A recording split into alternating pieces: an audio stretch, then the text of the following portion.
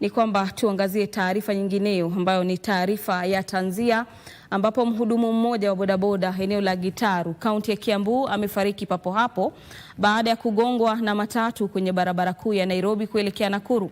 Tukio hilo, mtazamaji, lilisababisha umati wa watu uliodaiwa kuwa ni waendeshaji pikipiki kuiteketeza matatu hiyo. Kulingana na walioshuhudia ajali hiyo, matatu hiyo ya uchukuzi wa umma ilikuwa ikipitia safu isiyofaa ilipomgonga bodaboda huyo na kusababisha kifo chake hapo hapo.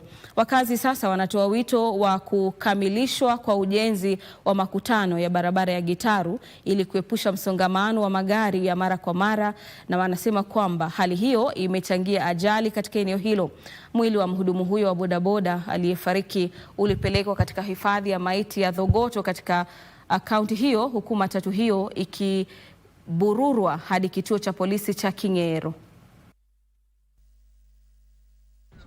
Jamaa wa nduthi wa pikipiki alikuwa anashuka akienda Wangige, na yeye pia akafikiria vile ameona dereva amerudi pande ya Makanga, akaamua kwenda pande ya dereva. Akiamua kuingia, dereva wa Nissan akiamua kuibia barabara, akagonga mtu wa pikipiki na akamuua.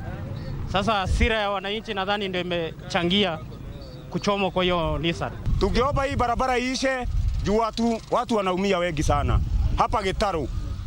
Tena sana zaidi ya watu 10. Alafu wacha kusema ati mnane watu wa boda. Hapana.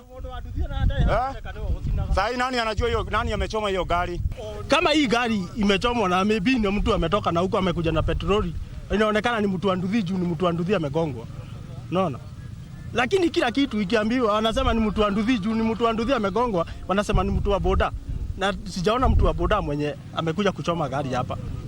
Ni watu wamejitokelezea wakakuja kuchoma gari. Watu kuchukua sheria mkononi haifai, kwa sababu wenye gari labda hawananga makosa, lakini dereva anakuwa naye ako na makosa. Na wakati watu wamechukua sheria mkononi na kuchoma gari, wanapeleka mwenye gari hasara ambao hakuwa wamejitayarisha. Kwa hivyo ni vizuri kusema watu wasirudi kuchukua sheria mikononi, wanangoja na ili uchunguzi inafanyika, na ili mwenye ako na hiyo hatia anaweza kupelekwa mbele.